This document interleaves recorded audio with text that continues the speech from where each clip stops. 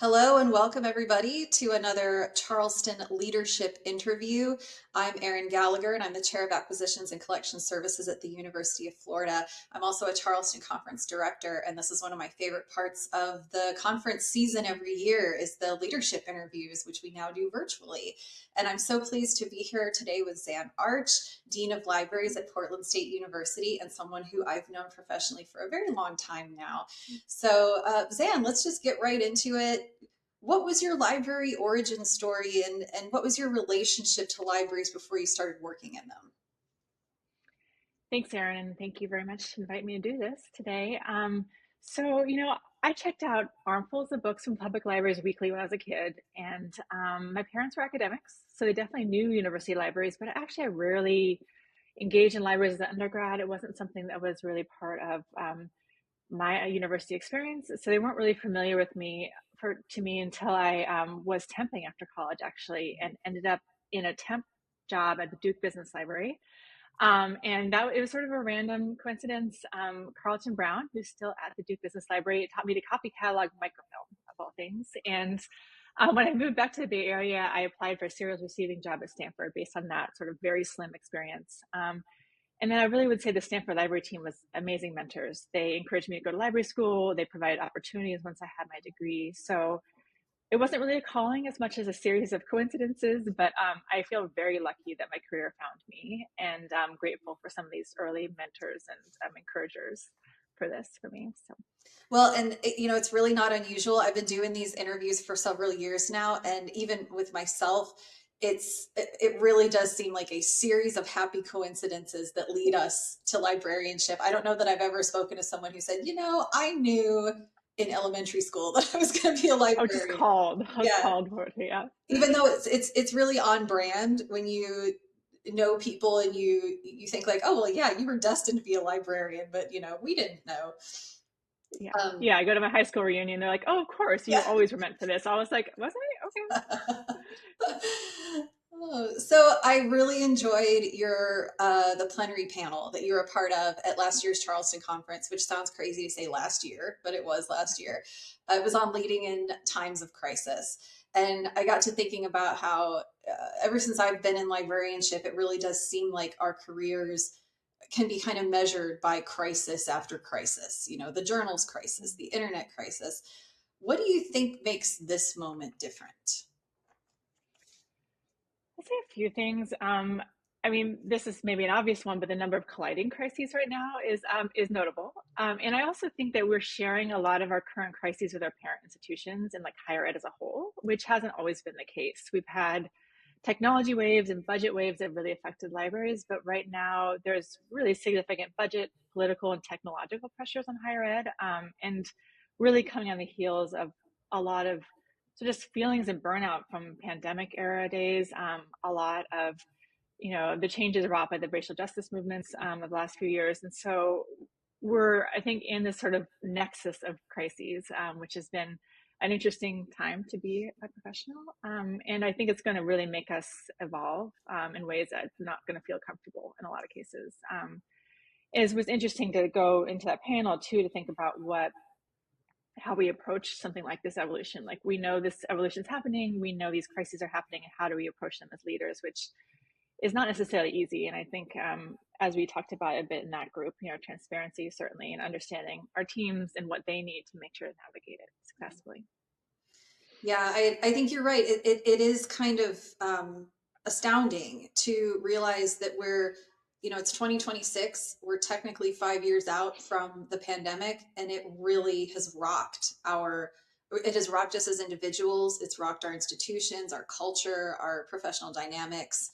And it really is uncomfortable to realize that that's what we're living in now. This isn't just a Yeah. phase, this is the world we live in now. So yeah, I can see how that's different.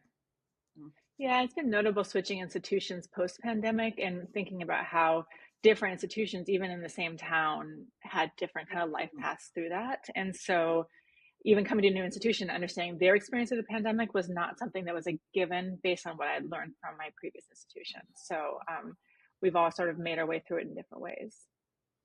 Well, on a lighter note, I really loved your video, the Dean's Decoded video. And if others haven't seen this, look it up. You could probably just Google Dean's Decoded Xan Arch.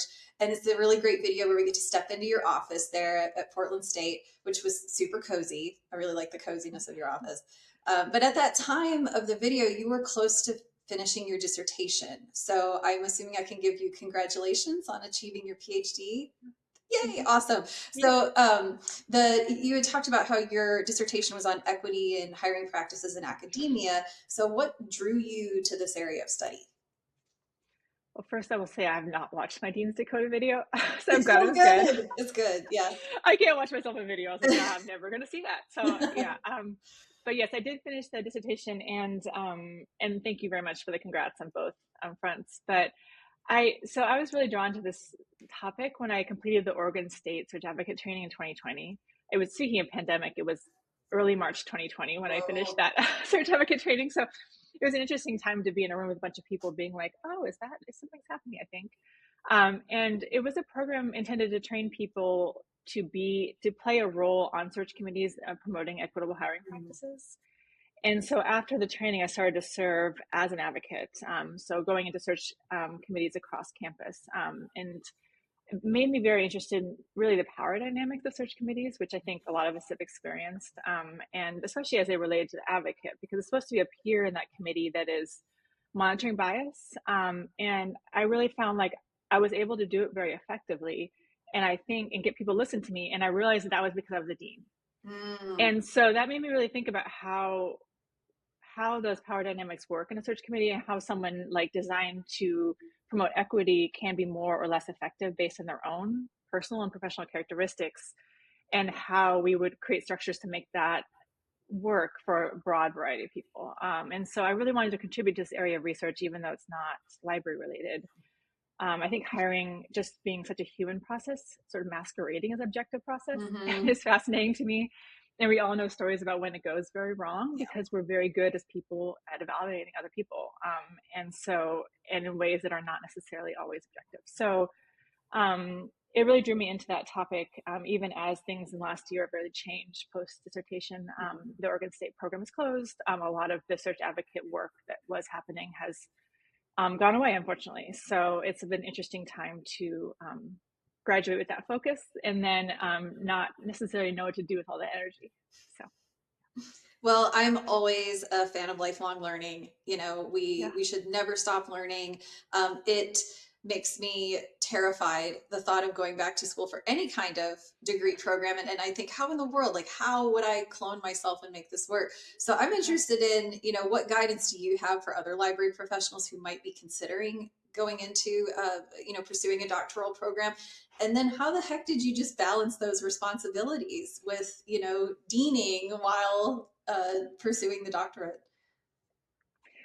Yeah. So I first of all, I went to a program that was meant for people who are working full time, so Uh, that certainly helps. And it was, and so the other students like me were working full time, and I was able to not only figure out what worked best for me, but also watch them figure out what worked best for them. And the one thing I've learned from that is that there isn't a one way to do it. So like I could give guidance, but like what I did specifically was I would get up at 6 a.m. every day before my family got up because they're loud and busy. And I would work for an hour on the doctoral work and then start work for the day. mm, That does not work for a lot of people. yeah. Early mornings, like the same thing every day, like incremental progress. And I had colleagues in the program who would do nothing for 3 weeks and then take an entire weekend, go to a hotel and work for 48 hours, and they would make huge amounts of progress. And we all got to the same place at the end. And so I think what I learned through those years of that program was that there wasn't one way to do it. And I couldn't go and say, here's the way it's going to work best for you, because getting up at 6 a.m. and working for an hour every day might drive you nuts. And so I think understanding what works for you and then doubling down on that is probably my best advice. And also Zotero. Zotero is amazing. Yes, love Zotero. I love Zotero so much. Yeah. I got to really like know and love it. So, Yeah. Also, I just think that's really good. That's really good advice as far as listen to your own self and what works best for you, because I am also that early morning person. I'd be up at 6 a.m. That's when I'm the sharpest. I fade in the afternoon and I'm like useless. So Yeah. but that doesn't work for everybody. And I think if No. we assume that there's, a one size fits all kind of paint by numbers approach, then you're just going to get really frustrated and feel like you're failing. Yeah, and I think also just the incremental versus like sort of all in focus, Yeah. that really varies by people. Like I can do like a half an hour work on something and then Mhm. switch gears, and not everybody does that well, And but if you gave me like 5 hours to work on something, I would just drift off, Yeah, right. because like it's like a squirrel or like something else is happening. So it just people work very differently, and you have to understand that enough about yourself. Well, still, congrats. That's awesome. You're Thank an you. inspiration. You've also served in a lot of library leadership roles in Portland, and Portland is a city that I love. There is a lot to love about that city, because we both lived there at the same time. But you've been there for over 15 years in various library leadership roles. So I'm interested, what drew you to the Portland area in the first place, and then what keeps you there? What do you really love about living there?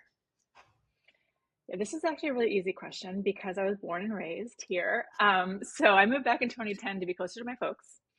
And we actually now live with my mom in my childhood home. Oh, So I love it. I know, it's a little weird. I mean, it's good, but it's a lot. Wow. So, and that's definitely kept me here. But also, I mean, as you say, like the sort of like low gray blanket that lasts for like 6 months out of the year, and like it's something that I really, it feels like home. So Yeah. it's intense green, access to the coast, and then it actually makes me feel really lucky too in joining PSU, because it's the first time I work somewhere that's like very much dedicated to uplifting Portland. Mm. The other schools I worked at in Portland are great. That's something that they think about, but here PSU is let knowledge serve the city. And that's like, as a Oh. library downtown as a mission, that's perfect. Hmm. Like we are downtown, we are letting our knowledge that we are providing to the city serve the city. And I like being able to combine that personal and professional affection for Portland. I love that. I love the downtown vibe of that campus as well. When I lived there, I would frequently, take the train in downtown, and would just, we're winding our way through campus. And I always thought to myself how incredible it must have been to, it must be to be a student and have that kind of Yeah. experience. Like, you're immersed in your academics, but you're also immersed in this incredible downtown area of the city. And yeah. And so my history in Portland is that I assumed your prior role when you were at Reed College. And so we got to know each other that way. And Xan, you were very generous in, sharing advice and guidance, and, just thoughts on leadership with me when I got into that role. And also I was had moved 2,000 miles away from everyone I knew and loved. So, having a friendly face there to have coffee with was also really meaningful to me. But I'm also always interested in how people learn library leadership. So how do you feel like you learned that? And would you share some leaders who you consider particularly inspiring? First, I'm very glad I was helpful. I don't remember being so helpful, so I'm really glad that I was helpful. Because and you were a wonderful choice for that role as well. I feel like this was actually a hard question for me to think about, because I really feel like I learned leadership by managing people, really in working to understand what they need. I started managing really early in my career, and it doesn't seem like always the most cool way to think about leadership is like as a manager. There's like this aspect of vision and like, forward thinking, but really I've always built that vision based on understanding the operations and the people who are doing it. And so that's something that's really been important for me in learning to lead. And there has been a need to layer on some skills to that, like working with provost, for example, like moving into a dean role, it was really challenging to think about what different kinds of communication was needed. And for people who don't really know what we do, I mean, truthfully, I don't feel like, for Yeah. the most part, upper administration knows what we do or what we're interested in. And so doing that kind of managing up was something I had to learn along the way. And, I think leadership training, professional development in that area did help somewhat. And some of it's also practice, because every provost is also different. Mhm. Mhm. As well as every sort of user base that you have to learn how to approach as well. So in these transition points when I've needed additional skills, I've definitely needed to go out to professional development and find those ways to learn how to take the skills I've learned from managing my own teams to managing up and out to our users Mm-hmm. as well. Um, and I think, I guess maybe for in the same vein, I have a hard time thinking about like leaders that have provided me with inspiration as much as like sort of collecting bits of insight. Yeah. I'm much more of a magpie when it comes to leadership in terms of taking pieces of things that I like and putting it to a whole, Mm-hmm. because so much of it for me is based on individual skills and context in terms of how we lead well. And I don't think I lead in the same way as most other people I know, and even in those kind of same roles. So I take what I like and cobble it together into a strategy that works for me. I think that's really smart because, if you think about how do you learn leadership, or how do you learn, how to be a force for good in the life of Yeah. the people who you're leading.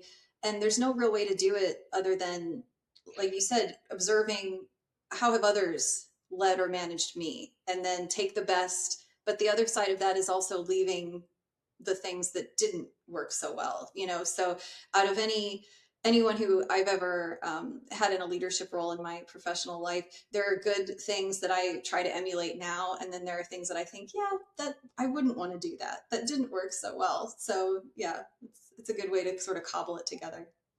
And I also say that, I mean, even speaking to like the search advocate pieces, things I learned through that, people react to me differently than they react to other leaders sometimes. I mean, there's a personal interaction in that process that has a lot to do with how people see you as a person and how you're able to present yourself in that role.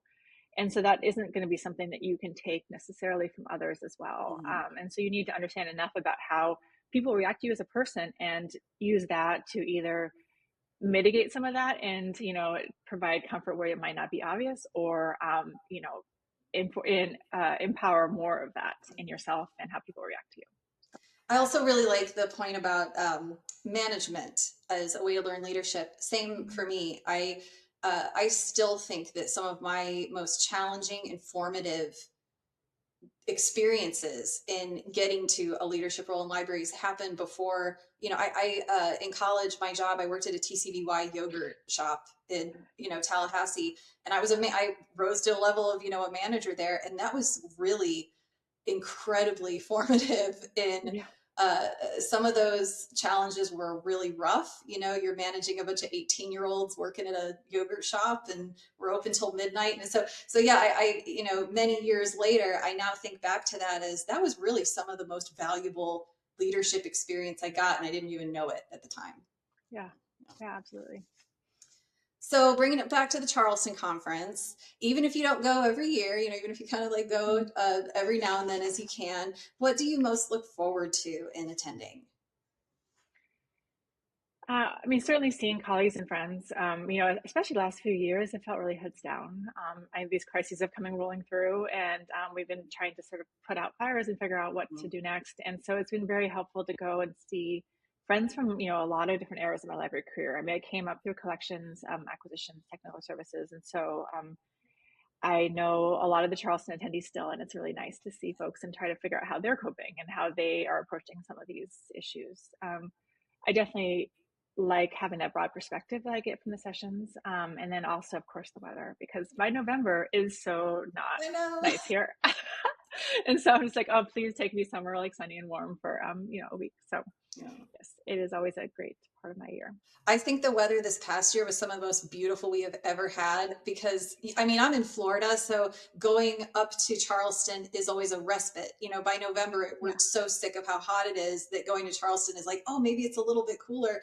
But there have been a few years recently where it's been kind of sweltering, and you're trying to make it between sessions. But this past year was just gorgeous. Oh, so nice. Yeah, I could usually take sweltering though, because it's usually like, raining and, 45 here. So I'm like, okay, Yeah. whatever, it's just warming.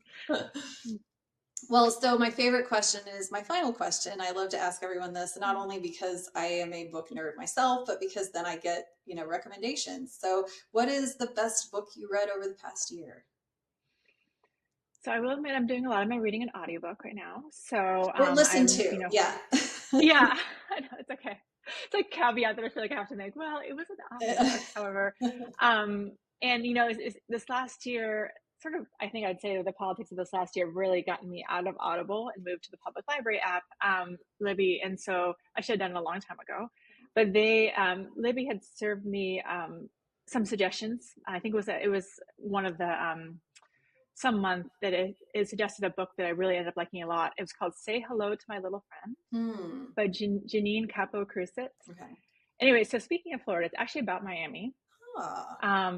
It's about Miami. It's about climate change. It's about one famous movie and two famous books. I'm guessing So, the movie just by the quote, but yeah, which actually was the only thing. I had never seen the movie and I'd read the books. And so it's a very fascinating and very strange book. So I recommend it.